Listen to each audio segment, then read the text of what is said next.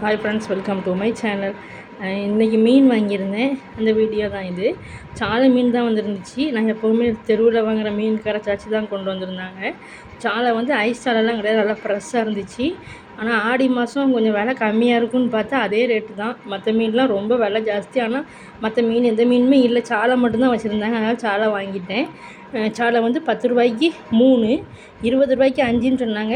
அப்புறம் 10 ரூபாய்க்கு 3, 20 ரூபாய்க்கு 6 போட்டு தந்தாங்க கூட ஒன்று வச்சு. நான் 40 ரூபாய்க்கு வாங்கினேன். 13 மீன் இருந்துச்சு.